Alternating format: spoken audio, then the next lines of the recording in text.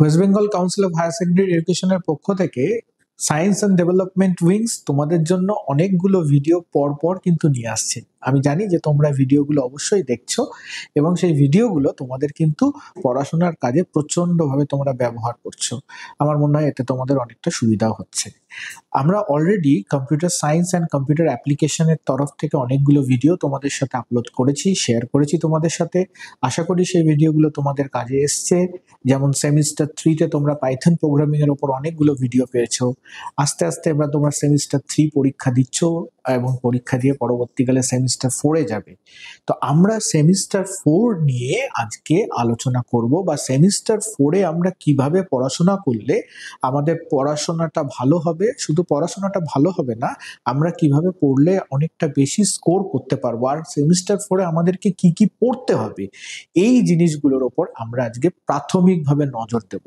Semester 4 তোমরা জানো যে তোমাদের ডেসক্রিপটিভ আনসার করতে হবে, অর্থাৎ সেমিস্টার 3-তে তোমরা যেটা করে এসেছিলে 35টা এমসিকিউ কোশ্চেনের আনসার করেছিলে। সেখানে তোমাদের চোখের সামনে একটা সুবিধা ছিল যে আনসারগুলো চোখের সামনে ছিল, চুজ করতে হতো।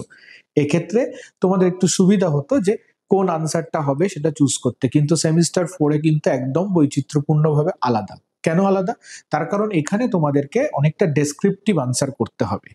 তাই জন্য আমাদের এটার প্রস্তুতিটা কিন্তু খুব ইম্পর্টেন্ট, এবং সেমিস্টার 4টা ফাইনাল সেমিস্টার তোমাদের 12-এর রেজাল্টের জন্য এক্সপেক্টেড যে এই সেমিস্টারটা আমরা সবাই খুব ভালোভাবে পড়বো এবং ভালোভাবে এই পরীক্ষাটা দেব।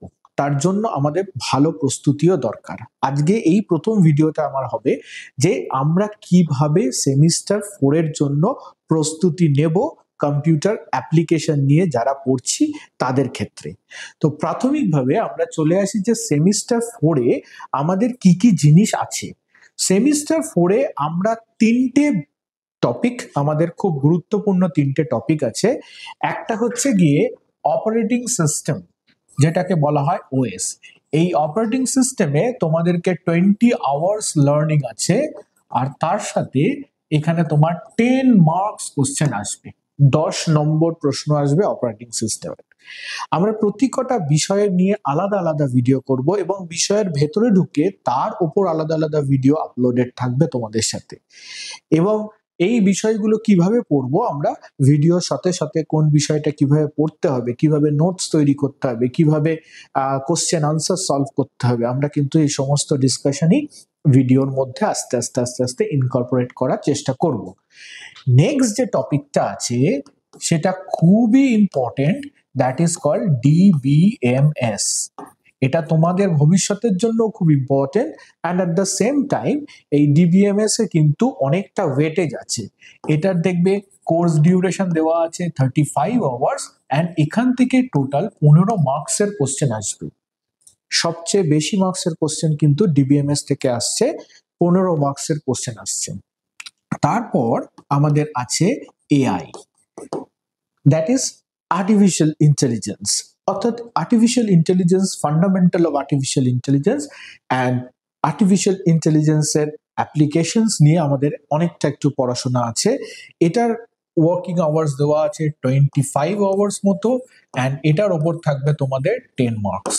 ওকে, তাহলে আমার টোটাল এখান থেকে এলো টোটাল 35 মার্কসের হিসাব আমরা পেয়ে গেলাম, যে আমরা টোটাল 35 মার্কস কি কিভাবে পড়ব। এইবার কোন বিষয়ের মধ্যে আমরা কতটা ঢুকবো, কোন বিষয়গুলো কিভাবে পড়বো সেটা দেখে নেওয়া যাক। অর্থাৎ এখানে আমার কাছে যদি আমরা দেখি যে ফার্স্ট অফ অল এখানে আমরা যদি দেখি যে কোন বিষয়গুলোকে আমরা কি কিভাবে দেখবো একটু দেখে নেওয়া যাক। তো প্রথম টপিক আমরা যেটা আসবো সেটা হচ্ছে ওএস, রাইট? তাহলে ওএস এ আমরা কি জিনিস পড়বো, খুব ইম্পর্টেন্ট। ওএস এ আমরা কি কি পড়বো? ওএস মানে কি? Operating system. ওএস মানে অপারেটিং সিস্টেম, রাইট? তাহলে ওএস এ আমাদের পড়ার বিষয়বস্তুগুলো কি আছে? দেখো, ওএস এ তোমরা প্রথমে ওএস কাকে বলে, ওএস এর ফাংশনস, অর্থাৎ ফাংশনস অফ ওএস। ওএস এর অনেকগুলো ফাংশনস আছে, আমরা সেই ফাংশনস গুলো জানবো, ওএস কি করে সেগুলো জানবো। 1 নম্বর। 2 নম্বর আমরা পড়বো প্রসেস কাকে বলে, তারপর জানবো থ্রেড কাকে বলে, খুব ইম্পর্টেন্ট এই প্রসেসর থ্রেড। তারপর আমরা জানবো হচ্ছে গিয়ে প্রসেস শিডিউলিং জিনিসটা কি, আর এর সাথে সাথে আমরা পড়ব যে কি কি ভাবে আমরা প্রসেস শিডিউলিং করতে পারি। দেন একটা দারুণ বিষয় আমরা জানবো, যেটা হচ্ছে ডেডলক। অনেক সময় তোমাদের মেশিন হ্যাং করে যায়, মাউস বা কি নড়াচড়া করতে চায় না, নামলক অন হতে চায় না, তাহলে সেক্ষেত্রে ডেডলক জিনিসটা কি জানবো। আর তার সাথে জানবো মেমোরি ম্যানেজমেন্ট, অর্থাৎ ওএস র্যামটাকে কি করে ম্যানেজ করে, এই জিনিসগুলো সম্পর্কে কিন্তু আমরা ওএসে জানবো। এবার এই প্রত্যেক কটা টপিক আমাদের একটা নির্দিষ্ট নিয়মে আমরা পড়বো, এবং সব কটা টপিক সম্পর্কে আমরা শর্ট নোট প্রস্তুত করব, সব কটা টপিক আমরা লিখে লিখে পড়ব, যেটা কিন্তু খুব ইম্পর্টেন্ট সেমিস্টার 4-এ স্কোর করার জন্য। ওয়েস পড়ার জন্য তোমাদের একটা ছোট্ট টিপস দিই। তোমরা প্রথমে যে যে টপিকগুলো পড়বে খাতার সামনে সেই টপিকগুলো লিপিবদ্ধ করো, এবং খাতার মধ্যে প্রতিটা টপিকের সম্পর্কে শর্ট নোট খুব পয়েন্ট আকারে, কনসাইজ আকারে সামারাইজ করে লেখো। এবং যখন তুমি পড়ছো ওই নোটসটা থেকে পড়তে থাকো, এটাতে তোমার কি হবে, অনেক সুবিধা হবে। অনুশীলনী অভ্যেস করো এবং সংক্ষিপ্ত প্রশ্নোত্তরগুলো কিন্তু বারবার করতে থাকো, বা সংক্ষিপ্ত প্রশ্নগুলো কিন্তু পড়তে থাকো, তাহলে তোমাদের পরীক্ষা হলে আনসার করতে সুবিধা হবে। খেয়াল করে দেখবে এটাতে তোমার মূলত 10 নম্বর আছে, তাই তো?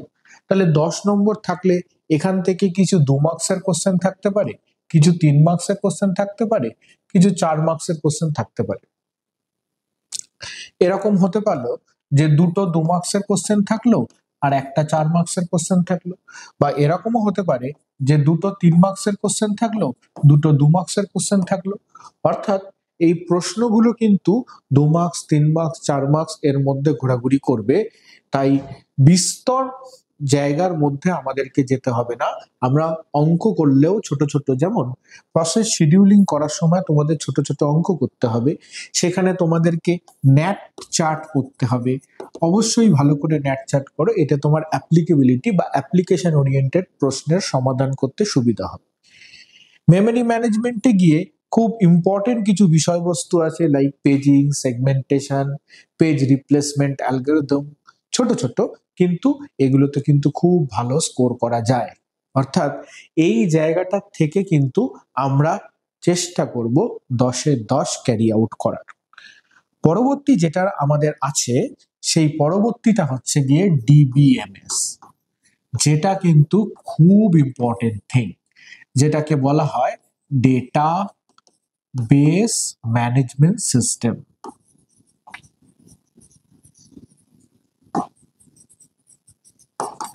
এই যে ডেটাবেস ম্যানেজমেন্ট সিস্টেম, এটাতে আমাদের কাছে টোটাল 15 মার্কস আছে। অর্থাৎ 3টে বিষয়ের মধ্যে আমাদের সবচেয়ে বেশি মার্কস আছে এই ডেটাবেস ম্যানেজমেন্ট সিস্টেমের মধ্যে। ডেটাবেস ম্যানেজমেন্ট সিস্টেমে আমরা ডেটাবেস ম্যানেজমেন্ট সিস্টেম কাকে বলে, ডেটাবেস ম্যানেজমেন্ট সিস্টেমের বিভিন্ন প্রকারভেদ, ডেটাবেস ম্যানেজমেন্ট সিস্টেমে আমরা বিভিন্ন রিলেশনাল মডেল পড়ব, এবং এখানে আমরা আমাদের একটা অনেকটা বড় জায়গা জুড়ে আছে এসকিউএল, যাকে বলে স্ট্রাকচার্ড কোয়ারি ল্যাঙ্গুয়েজ। মনে রাখবে এই এসকিউএলটা কিন্তু আমাদের প্র্যাকটিক্যালের ক্ষেত্রেও কাজে লাগবে। অর্থাৎ আমার প্র্যাকটিক্যালের জায়গা থেকেও কিন্তু এসকিউএল থাকবে, আবার আমার থিওরির জায়গা থেকেও এসকিউএল থাকবে। অর্থাৎ শুধুমাত্র এখানে দেখতে পাচ্ছ 15 মার্কস আছে, কিন্তু আরো লুকিয়ে আছে 15 মার্কস প্র্যাকটিক্যালের জন্য। অর্থাৎ এই সমগ্র বিষয়টা তোমাকে কিন্তু 30 মার্কস এনে দেবে, তার বেশি বই কি কম নয়। সুতরাং ডিবিএমএস টা আমাদের জোর দিয়ে পড়তে হবে। ডিবিএমএস পড়ার পদ্ধতি কি, ওই একই, এটাও একটা অপারেটিং সিস্টেমের মতো একটা থিওরি বেস সাবজেক্ট। সুতরাং এটাকেও তোমরা নোট তৈরি করে পড়ো, সেক্ষেত্রে তোমাদের খুব সুবিধা হবে। এক্ষেত্রে তোমার 2, 3, 4, 5 এইরকম ধরনের প্রশ্নের সমাধান কিন্তু করতে পারো তাতে তোমাদের সুবিধা হবে। কারণ 15 মার্কস করতে গেলে ধরো একটা 5 মার্কস থাকলো, তারপর 3 মার্কস থাকলো, 2 মার্কস থাকলো, এরকম এই কম্বিনেশনেও কিন্তু প্রশ্ন থাকতে পারে এবং সেই অনুযায়ী কিন্তু বড় প্রশ্ন এবং ছোট প্রশ্ন মিলিয়েই কিন্তু ডেটাবেস ম্যানেজমেন্ট সিস্টেম তৈরি হবে। ডেটাবেস ম্যানেজমেন্ট সিস্টেমে আমরা কি কি পড়বো? প্রথমে আমরা পড়বো ডিবিএমএস জিনিসটা কি। এখন দেখো ডিবিএমএস জিনিসটা কি। আমরা একটা জানি ডেটা, যেটা কম্পিউটারে আমরা ইনপুট দিই সেটাকে আমরা বলি ডেটা। আর ডেটাবেস মানে কি? এই কালেকশন অফ রিলেটেড ডেটাকে বলা হয় ডেটাবেস। ভালো কথা, সেটা তো বুঝলাম। তাহলে ম্যানেজমেন্ট সিস্টেম মানেটা কি?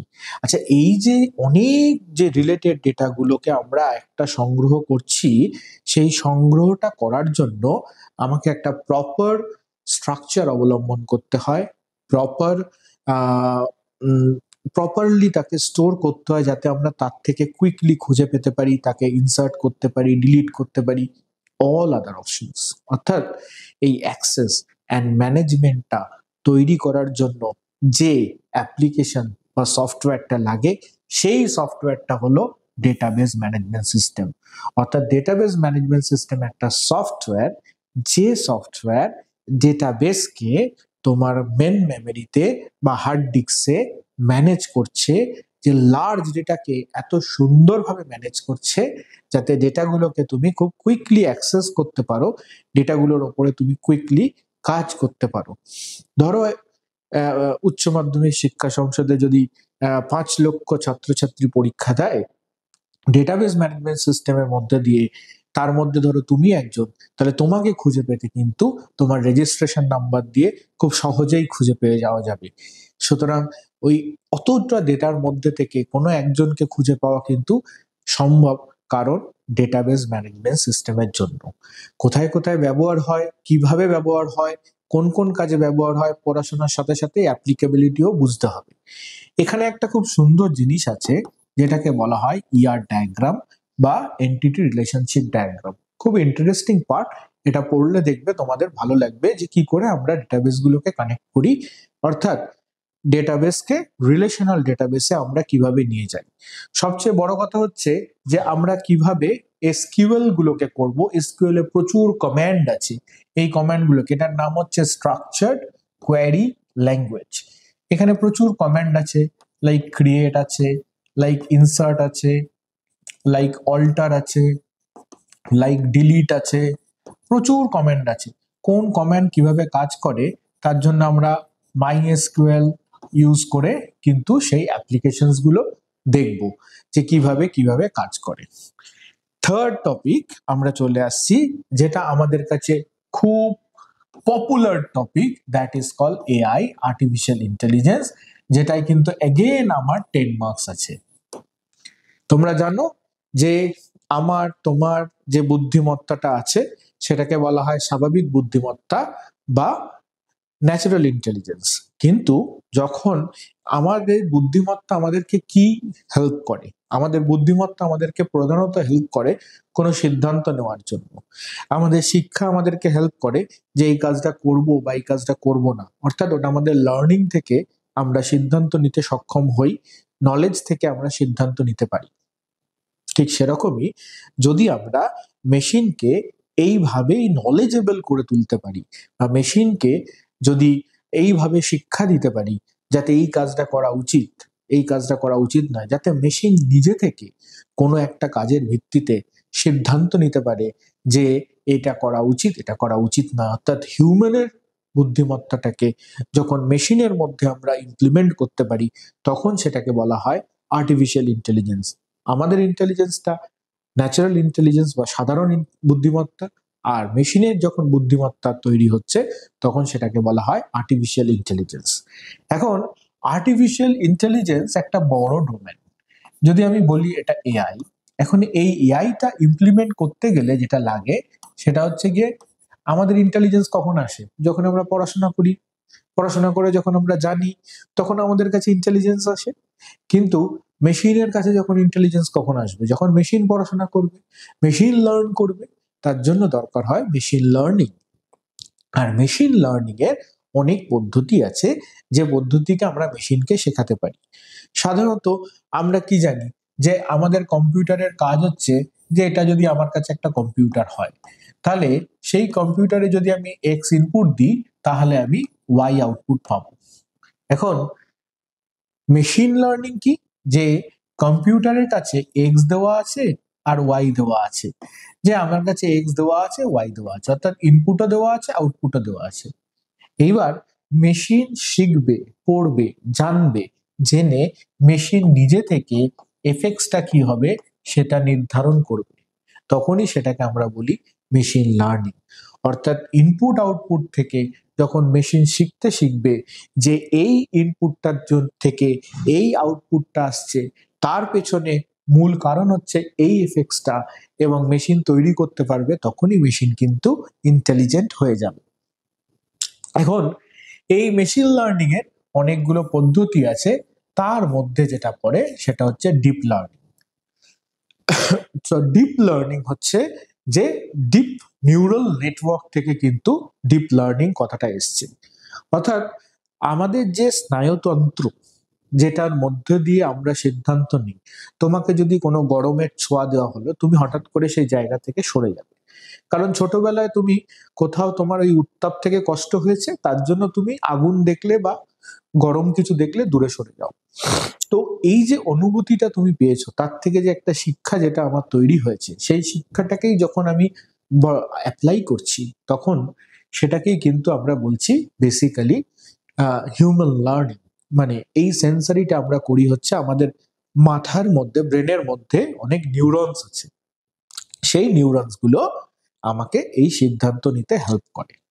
এই নিউরনস গুলো একে অপরের সাথে কিন্তু কানেক্টেড থাকে, তার জন্য আমাদের ব্রেনের এটাকে বলা হয় নিউরাল নেটওয়ার্ক।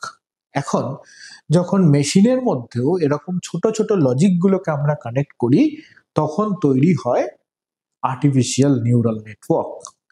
এই আর্টিফিশিয়াল নিউরাল নেটওয়ার্কে বেসিক্যালি তিনটে জিনিস থাকে, একটা থাকে ইনপুট লেয়ার, আর একটা থাকে হিডেন লেয়ার, এটাকে বলা হয় হিডেন লেয়ার, আর একটা থাকে আউটপুট লেয়ার। ওকে, তাহলে ইনপুট লেয়ার থেকে হিডেন লেয়ারের কাছে যায়, সেখান থেকে আউটপুট লেয়ারের কাছে যায়। এই হিডেন লেয়ারের থাকে নিউরাল নেটওয়ার্ক। যদি এই নিউরাল নেটওয়ার্কটা দুই বা তার থেকে অধিক স্তরে থাকে, তখন সেটাকে বলা হয় ডিপ নিউরাল নেটওয়ার্ক, বা দুইয়ের থেকে কম স্তরে থাকলে সেটাকে বলা হয় শ্যালো নিউরাল নেটওয়ার্ক। এখন ডিপ নিউরাল নেটওয়ার্কে আমাদের অনেক কিছু জিনিস থাকে, যেমন ANN, that is artificial neural network, যেমন CNN, that is convolution neural network, যেমন RNN, যেমন রেকারেন্ট নিউরাল নেটওয়ার্ক। এখন ANN, যখন আমরা কোনো নিউমেরিক্যাল ডেটার উপরে, অর্থাৎ এই এক্স আর ওয়াই যখন নিউমেরিক্যাল ডেটার উপরে করি, তখন ANN, যখন ছবি, ভিডিও, ইমেজ এগুলোর উপরে কাজ করি, তখন CNN, আর যখন টেক্সট বা এগুলো সিমুলেশনের উপরে কাজ করি, তখন সেটা হচ্ছে RNN। ওকে, তো এইগুলো হচ্ছে আর্টিফিশিয়াল ইন্টেলিজেন্স আমরা পড়বো এবং ওখান থেকে এটা জানবো। এই তিনটে জিনিস সম্পর্কে কিন্তু আমাদের এই তিনটে জিনিস নিয়েই কিন্তু তৈরি হলো সেমিস্টার 4। তাহলে কি কি তৈরি হলো? ওএস একটা, যেটার থেকে আমার 10 নম্বর আসবে। আবার বলছি, সামারাইজ করছি, ডিবিএমএস একটা, যেটার থেকে আমার 15 নম্বর আসবে। আর 3 নম্বর হচ্ছে এআই, যেটার থেকে আমার আরো 10 নম্বর আসবে। টোটাল 35 নম্বরের কিন্তু আমরা এখান থেকে পাবো। এটা পড়ার জন্য তোমার কিন্তু থিওরি ভালো করে পড়তে হবে। 2 নম্বর নোটস তৈরি অবশ্যই করবে। 3 নম্বর short question, SAQ, short answer type question practice করবে। এবং যে যে টপিকগুলো পড়ছো, সেই টপিকগুলোর একটা আইটেনারি করে রাখবে। যে যে টপিকগুলো পড়ছো, সেই টপিকগুলোর একটা আইটেনারি করে রাখবে। এক্ষেত্রে কিন্তু আর অবশ্যই খুব ইম্পর্টেন্ট, এসকিউএল প্রচুর পরিমাণে প্র্যাকটিস করবে। এই কটা জিনিস আমরা যদি থরলি করতে পারি, তাহলে কিন্তু আমাদের সেমিস্টার 4-এ কোশ্চেন বা নাম্বারটাকে তোলাটা খুব একটা সমস্যা হবে না। খুব বেশি পড়তে হবে এরকম নয়, এই পড়াটা অনেকটা দরকার, যেটা স্মার্ট লার্নিং বা যেটাকে বলা হয় অর্গানাইজ লার্নিং, যেটা তোমাদের খুব ইম্পর্টেন্ট। অর্থাৎ দুটো, work hard and do smart, মানে তোমরা পড়ো তার সাথে কিন্তু খুব অর্গানাইজ থাকো, তাহলে আমার মনে হয় সেমিস্টার 4-এ হাই স্কোরিং ইয়ার, এবং সেই জায়গাটা বা হাই স্কোরিং জায়গা তোমাদের আছে, এবং খুবই ইজিলি কিন্তু তোমরা অনেকটা মার্কস ক্যারি আউট করতে পারবে।